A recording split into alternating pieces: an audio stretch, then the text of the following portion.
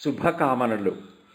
మన ఆచార వ్యవహారాల్లో శుభప్రద ఆకాంక్షలకు, ఆశీర్వచనాలకు ఉన్నత స్థానం ఉంది. మనస్ఫూర్తిగా అందించే దీవెనలు ఫలిస్తాయి. నైర్మల్యంతో త్రికరణ శుద్ధిగా ఉచ్చరించే పదాలు మంత్రాలవుతాయి. క్రియలుగా మార్పు చెందుతాయి. విత్తనాలు నాటిన తర్వాత మంచి ఆలోచనలు, నడవడిక ఉన్న వ్యక్తులు స్పృశించిన నీళ్లు చల్లితే అవి శీఘ్రగతిన మొలకెత్తాయని, మామూలు జలంతో పెరిగే మొక్కల కంటే ఏపుగా పెరుగుతాయంటారు పెద్దలు.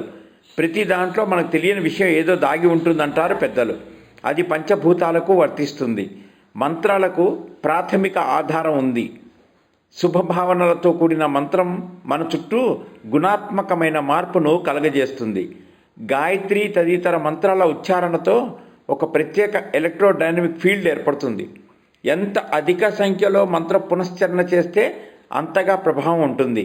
విశ్వశాంతికి అదే మూలమవుతుంది. శుభం.